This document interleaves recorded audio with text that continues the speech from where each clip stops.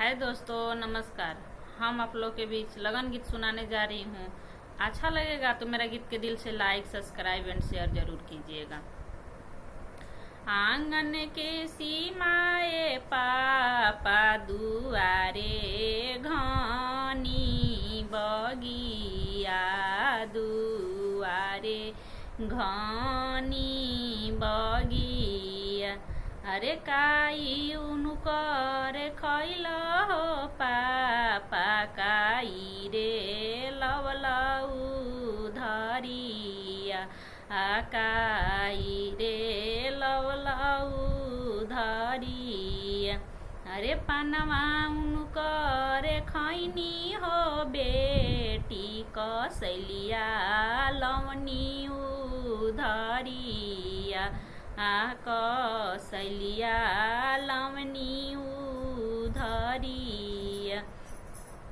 अरे पानवा उनकर फेरि दो पापा कसैलिया उनकर हो फेरि द कसैलिया उनकर हो फेरि द। अरे साजल बरी अतिया हो पापा हो रे उनकर हो फेरि दऊ हो रे उनकर हो फेरि द। हरे आंगन के सीमाए चाचा दुआरे घनी बगिया दुआरे घनी बगिया। अरे काई उनकर खैल हो चाचा काई रे लवलऊ धरिया काई रे लवलऊ धरिया। अरे चुनवा उनकर खैनी हो बेटी खैरवा लवनी धरिया खैरवा लवनी धरिया।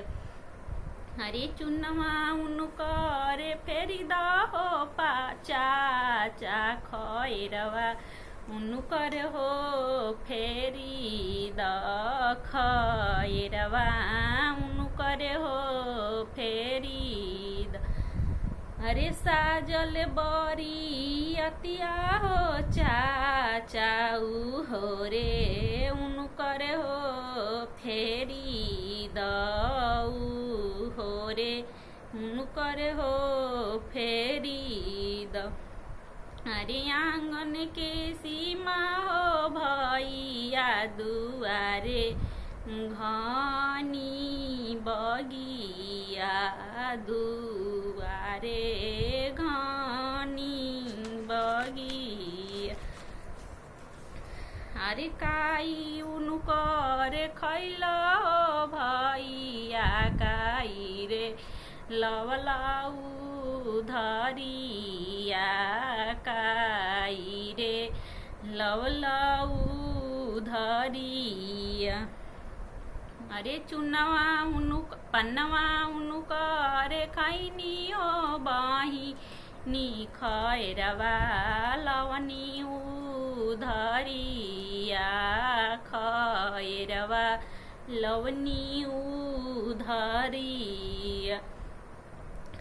अरे पन्नवा उनकर फेरि दो भैया कसैलिया उनकर हो फेरि द कसैलिया उनकर हो फेरि द।